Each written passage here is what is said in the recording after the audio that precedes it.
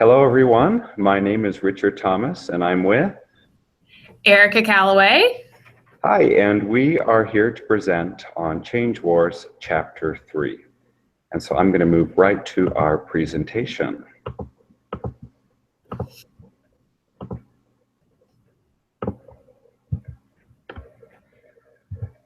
Okay, this is Chapter 3, and the title of Chapter 3 is From System Effectiveness to System Improvement, Reform Paradigms and Relationships. Now, one thing that you don't get from this title is that this chapter is heavily focused on government, which makes sense because it's written by Sir Michael Barber, who is from the UK, and he advises governments a lot around the world on government reform, or I should say public service reform through governments, and especially on education. And so in this chapter, I'm going to focus on the first half, and then Erica will jump in and finish up with the second half of the chapter. So let's get started. In the beginning, Barber says there are three paradigms for large-scale public service reform. And he's going to go through all three. The first one he calls command and control. And Barber describes this by saying, this is the first choice of governments that want to urgently enact change. It involves, here, whoops, let me go back one. It involves, sorry, it keeps going back and forth here. It involves top-down management approaches, and if executed well, it can be highly effective. Now, I included this graphic because a lot of times when we, as the public, maybe think about command and control approaches, it sometimes gives us a feeling of a lot of regulations, a lot of red tape, maybe not the best feelings, although Barber argues that it can be highly effective. He doesn't really give, to me, a good example of where this has worked well. He gives kind of obscure example, but he does mention that if it's not executed well, this can be a disastrous approach. So number one, we have command and control. Number two is called quasi-markets, and he describes this as retaining public control of the commissioning services, but having private providers deliver them. This paradigm offers choice, but is not possible with some or all services. So he mentions like courts and police being things where you can't really privatize that. But the example that he does gives are charter schools, which is kind of the graphic that I have here. Again, it offers choice. It's still covered by the government, or like in our case, a state board still controls the charter schools and regulates them, but it offers choice. Parents or the public can look around and pick and choose what they think works best for them. He also gave the example of Medicare, but that's something I really don't know a lot about. Okay, so we're going to move on to number three. The third paradigm is called devolution and transparency. The government devolves responsibility to the frontline units delivering the relevant services, and then uses transparency to drive performance.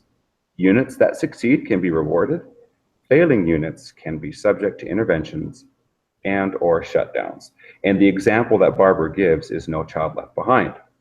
So here he is saying that the frontline units, the people kind of in the trenches, still have a little bit of control over how they approach their work. However, he says on the reverse, the government is going to use transparency, a lot of information kind of exposed to the public what is going on.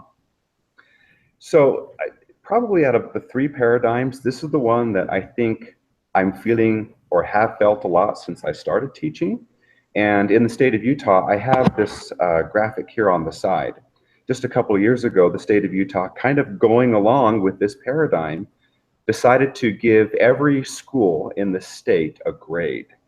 And it's turned out to be a very controversial approach. It's hard to determine what metrics and what information you use to give a school a grade, and a lot will argue that it's unfair to assign one letter grade to describe an entire school.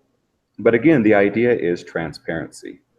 So at this point, Barber transitions to this graphic here. It's by Jim Collins, and it's called Good to Great. And you'll notice on the top end, we have the state of service. So we have, someone providing an awful service all the way up to great. On the bottom side, we have, well, what's the customer response when the service is, for example, awful? Well, then customers leave. Or if it's good, customers generally hang around. And if it's great, customers are very loyal and committed. The reason why Barber shows this is because if you look down at the very bottom, he notes, and I actually think he's quoting Collins here, governments can mandate awful to adequate, but governments cannot mandate good to great. In other words, governments and the public is good with government being involved in the early stages of a service when it's awful or adequate, but really governments don't play or really can't play a big role in having services go from good to great. Jim Collins says it has to be unleashed. It can't be mandated. So I guess the big question now that Barber poses is, well, then what is government's role? What should it be, especially at this upper end? What should governments do? So what should the government's role, or what is the government's role in large-scale public service reform? Barber mentions three things. Number one, governments should provide capability, capacity, and culture. People must have the right skills, sufficient resources, and appropriate mindset. Number two, governments should push for performance management, rigorous performance management through data. This really, I think, comes down to testing, is really what it translates to. When you look at some of Barber's other work, and he does write a lot on government reform in general, pushing out reforms. He does focus on education sometimes, but a lot of it does come down to a lot of information, a lot of testing, and let's move on to number three. He mentions strategic direction, long-term strategy that oversees the sequencing and implementation. So these are the three things, and I should point out that as he was talking about these, when I look at the 7 years that I've taught, these are the things that, at least from outside my school, I feel like I've struggled with. I feel like, the state of Utah has, or our school board and legislature have recently passed some things about, the resources that come or don't come to our schools, about the capability of teachers. They just last year approved a measure that allowed anyone who's a professional in their field to really immediately transfer into teaching, kind of bypassing stuff that regular route teachers need to do. And that's has rubbed people the wrong way. I've already mentioned performance management seems to translate into a lot of testing, which maybe can go a little too far sometimes. And long-term strategy, at least in the state of Utah, seems to be about a 3 to 5 year process before everything changes. So now it could be that we're just, our government here in Utah struggles with some of this kind of stuff, but I agree overall with Barber saying that these are important things. I feel like these things do affect me in my classroom and my teaching. Well, this translates really into the second half of Barber's chapter, where he says, okay, let's narrow this down to how governments are involved with education reform specifically. And I'm going to introduce the second half of the chapter by this quote from Barber. The nature of a government's relationship with the teaching profession is at the heart of education reform. Barber notes that recently or past experience has shown the relationship between government and the teaching or teachers is a little bit strained lately. Okay, Erica. And just a really great summary there of that first part of the chapter and getting us to this idea of a strained relationship. So as Barber goes on to get to the root of the problem, he talks about a couple of different different reasons, but really it boils down to what he kind of centered as this primary focus of where the problem has come from. And it really has been in this advancement of technology and globalization. And so the advancements have, of course, resulted in increased access to information. And when we're talking about mandates, and we'll get to this in the next slide too, but the mandates also introducing this new level or extra level of accountability, and this idea of accountability. So I'm going back to what Richard was talking about in terms of what we've seen and experienced and how we've seen and experienced that really being this idea of testing and how do we hold ourselves accountable for that. But then pairing that with this idea of increased access to information, and just think about, we've all heard stories and even maybe personally experience those stories of test scores being published in the newspaper, and this idea that he was talking about with schools being rated A to F. Those are, I think, emotionally charged, but also really come back to this sort of root of the problem, which is this idea and this notion that the internet and increased access to information, while it's great, it also can harm that relationship between government and education. And I pulled this image here. Is actually an image I got from an article about Christensen's work. And he was actually an article with a woman he's partnered with to do some commentary on higher education. And while it's really an idea of this disruption that's existing in higher education and technology, I thought it just paired really nicely with this idea of how technology is disrupting our institutions of government and that relationship with education. All right, you can move on to the next slide, and that is a really great question that I thought, as I continued to read, and he introduces this idea of technology and globalization sort of causing some of the angst that we experience or that pressure that we experience, and gets into the idea of accountability and the pace of change, then obviously being impacted by that. I just loved this question because it made me pause. And if you think about it, it should probably, most of us, it would make us pause, but I think it's just, he's hitting it. And he's really saying, what do we want? Do we want for government to organize and provide information out to the public, or would we rather, like a major media outlet, do it instead? And so he's really kind of starting to then shift our minds to, okay, we've got this issue. We don't like it. It feels kind of bad sometimes. So what's then the extra impact of that? If we don't do anything, what we're saying is we're basically giving up control, in a sense, to outside organizations. So he's starting to, I think, with this question, make a plea for why it's necessary to improve the relationship between government and education.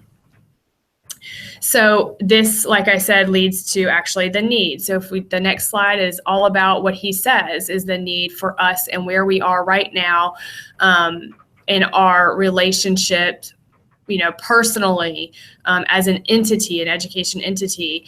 What do we need? And it's to improve the relationship between government and education. And then this was also a work that he had done previously after actually. And it's a group work, and this one was the Avalanche article, and it is cited in our presentation, so you can find it. But really getting at the heart of what he thinks, of why he thinks this is so critical, and that being that achieving this improved relationship between government and education really will improve society as a whole. So here, obviously talking about to truly achieve prosperity, a city will need to invest tremendously to win the global war for human capital and earn its place as an intellectual gathering spot. And I thought it was really great because in that article, he's actually goes on to explain some of the things that have happened in California, where you've got the university, so Stanford, and then they're even into New York City. So some really great examples there of how, when this works well, it actually does work well, and why, and gives really great examples there. And then, of course, not just the need, but then finding what can happen. So one of the, I guess, reasons for rectifying this relationship between government and education would also be not just to improve society, but to create world-class education and education systems. So part of this is achieved, and he references Deming, by reducing variance. So and Barber suggests that, as we get better at how to improve and almost how do we control this technology for our advantage, we need to then reduce variance from, and he says, from classroom to classroom, and also from building to building. So it's really this idea of creating systems that play nice together and play well, and that well is going to be through efficiencies and effective communication. And through effective communication, he's also going to offer, finally, so he sort of ends the chapter with this common dialogue. And he says, one way to get there is to have a common dialogue between government and the professions, and obviously focusing on the education profession. So the next slide will actually provide us with what he suggests is this framework for this dialogue. So on page 91, you'll actually find a framework for the common dialogue. So Barber suggests systems should move through this framework, and this is obviously going back to what you just saw from Colin's work, Good to Great. And that by doing this, by moving through this framework, that our education, or really our government and the professions together, will move from awful to great. And I know that those terms are probably not sitting well with us, those who write rubrics often, but just go with it as part of the design and framework here. And I think, part of it is sort of pulling at our elephants to a great deal. So I'll go, if you advance to the next slide, Richard, I want to give you a really great example and a real life example of this common dialogue. So my professional example is the fact that I work with Waukesha County. So in my company, so Studer Education, we were actually approached a few months ago by Waukesha County, so the county government, to begin working with them on leadership development. And this was a very odd request because we don't usually work with governments. We work with K-12 and higher education institutions. And so what ended up happening as we sort of played out in many discussions and tried to figure out, why us? What is, why would we be the people that you'd be reaching out to when we're an educational company? And the response was really amazing. And it actually, and I'm not even kidding, I'm quoting this. They said, you work with 4 of the most successful districts in our county. And we know that you're probably going to end up working with more than just those 4. And what we're seeing is results that we want. We're all on this continuous improvement journey, and we want to be able to speak a common language when we sit down in a room. And I just thought, oh man, that is so powerful. But now that I've read this chapter and see this dialogue, common language and framework for this dialogue, I'm like, how awesome and how advanced is that thinking in that county that they've already identified, what, for our community to become great, to move to great, we've got to have this dialogue with the very entities that are creating the next round and the future of the community itself. So just thought that was a great example of exactly what Barber's talking about here, establishing that common dialogue to bring the government and education together. And I'll just close with Barber's quote here on page 92. It is, I thought it was a really good message about the impact of what could happen. So it just says, if we combine an implementation and communication, they could be unstoppable. So obviously the partnership between government and education, should these entities work together, they can in fact be unstoppable. And I will keep you posted to tell you what happens in Waukesha as we continue to work with them, because I do think that will end up being a pretty unstoppable force. Pretty cool. That's all I have, Richard. Great. And here's a quick look at our references. And I sure hope that this was helpful for everyone in making sense of some of the main ideas of this chapter. I'm going to go ahead and stop our sharing here and get back to the screen. And I thought I enjoyed the chapter. I liked it. It seemed like some of the stuff that we read comes from educational scholars or things like that. And it was different for me to have someone who really is and has been involved in government to give his take on reform through that perspective. Yeah. I feel the same way, Richard, and I had already, told you, like, oh my gosh, Collins is one of my theoretical framework. Like, Good to Great is a theoretical framework for me. So having that, and then, like you said, government being pulled into that, it was really a great extra perspective as well. So good stuff. All right, looks like we're finished up. Thanks, All everyone. right.